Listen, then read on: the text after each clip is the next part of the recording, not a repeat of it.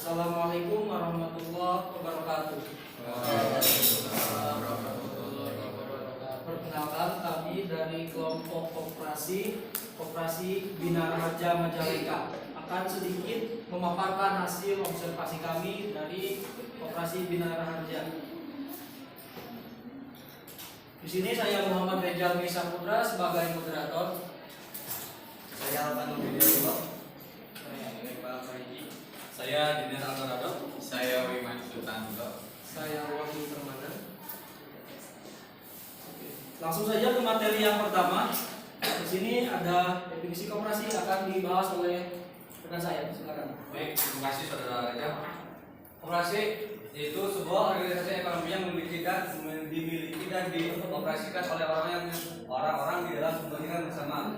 Di mana kita ketahui bahwa dana operasi tersebut hasil dari kumpulan dana dari orang yang terlibat dalam koperasi tersebut. Bisa dibilang koperasi itu bisa dana patungan, terus nanti patungannya tuh siapa aja mau meminjam nantinya itu dikasih gitu, tapi dalam jangka beberapa gitu. Secara garis besar seperti itu. Next, sejarah berdirinya. Sejarah berdirinya Koperasi Bina Raharja merupakan koperasi yang didirikan pada tahun 1994 dengan nomor badan hukum 12/998 /PA/6/1994.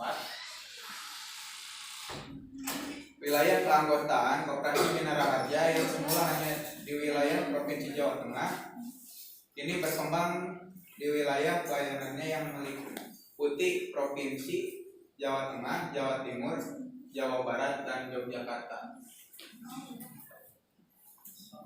Selanjutnya Jawa Barat. Oke, terima kasih Aditya.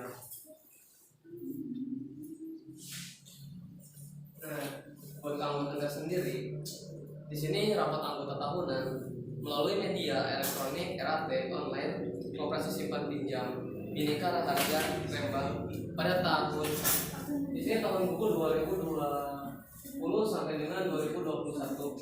Buat anggota tersendiri di sini ada 58.849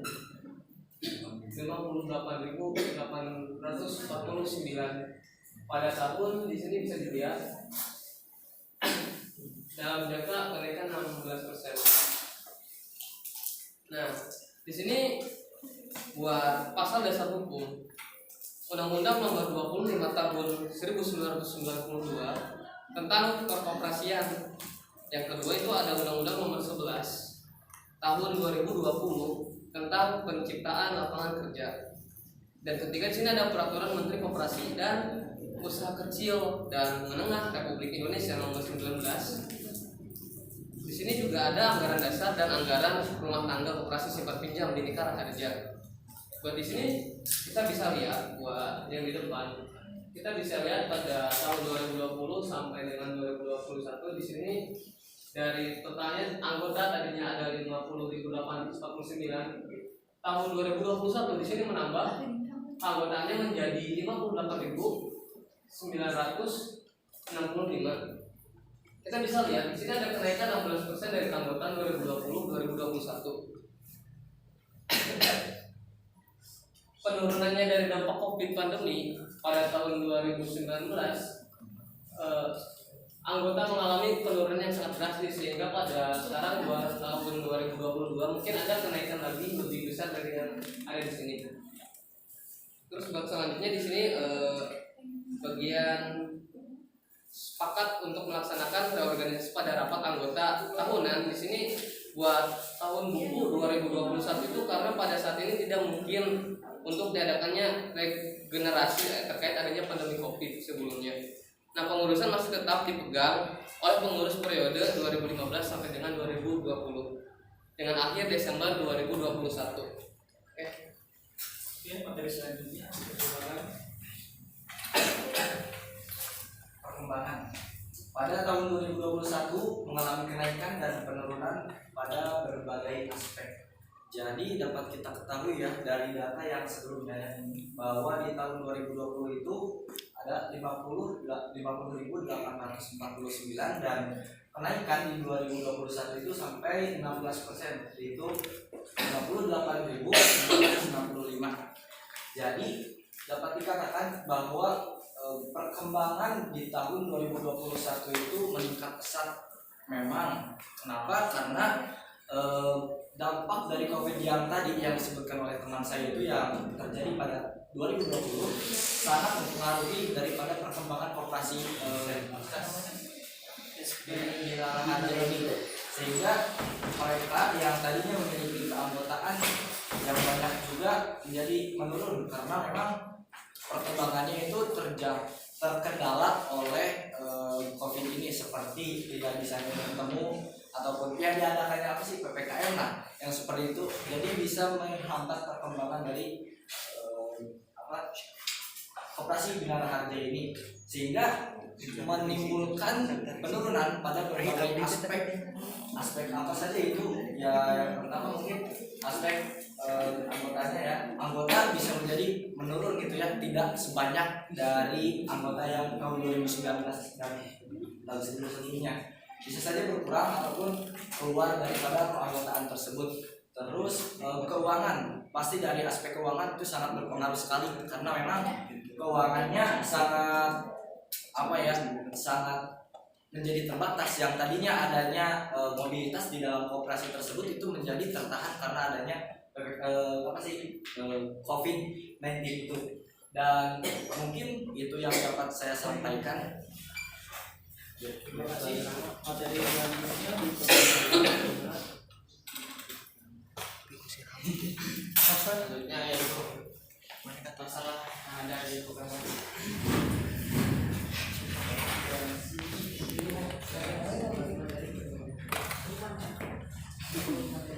sedikit menggantikan.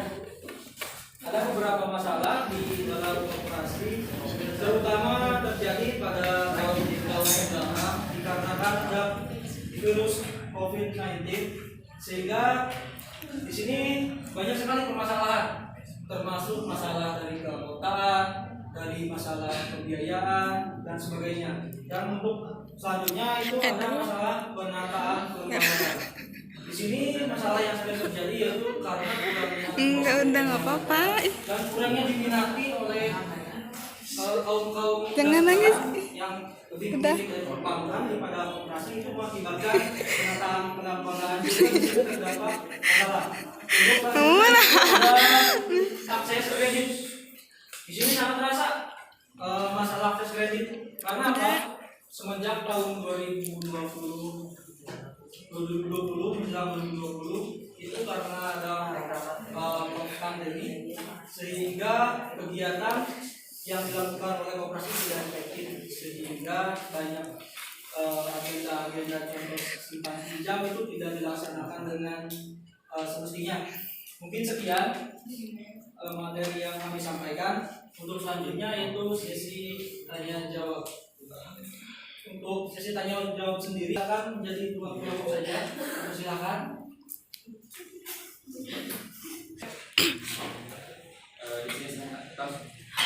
Di sini saya akan menambahkan masalah yang ada di koperasi pada umumnya. Jadi masing-masing koperasi memiliki karakteristik dan permasalahan sendiri-sendiri. Perbedaan karakteristik yang ada merupakan kearifan lokal koperasi yang perlu mendapatkan perhatian secara arif dan bijaksana pula. Berikut permasalahan beberapa permasalahan yang ada di koperasi.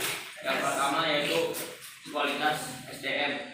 Pengurus dan pengawas mayoritas tidak memiliki kemampuan yang cukup untuk menjalankan koperasi dengan baik, sehingga hal ini menyebabkan laju pertumbuhan koperasi lambat dan tujuan mensejahterakan koperasi tidak dapat terwujud dengan baik. Yang kedua yaitu keberpihakan stakeholder. Koperasi daerah sekarang dituntut untuk mandiri dan berdaya saing. Hal ini mengakibatkan stakeholder mereka harus memaksa agar koperasi dalam wilayah binaannya lebih tidak lagi memiliki hubungan yang saling ketergantungan. Akibatnya beberapa koperasi fungsional tidak mendapat rekomendasi dari pimpinan instansi ketika akan mengajukan pembiayaan lembaga perbankan. Bahkan beberapa koperasi terpaksa keluar dari lingkungan instansi lembaga disebabkan tidak mampu membayar sewa. Bahasa yang sering muncul adalah tidak boleh ada badan hukum di dalam badan hukum. Dan yang terakhir yaitu sistem monitoring kelembagaan. Di era milenial saat ini dirasakan oleh gerakan koperasi bahwa peran pemerintah dalam melayani dan mengawasi kelembagaan koperasi masih berbasis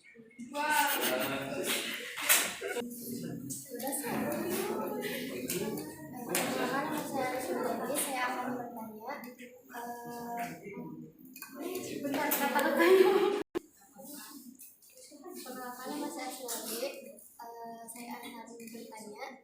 Berasal dari manakah modal koperasi ini? Terima kasih.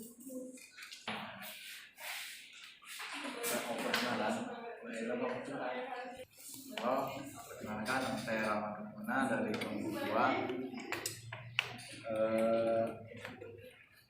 Sebutkan izin undang-undang tentang pembuatan koperasi.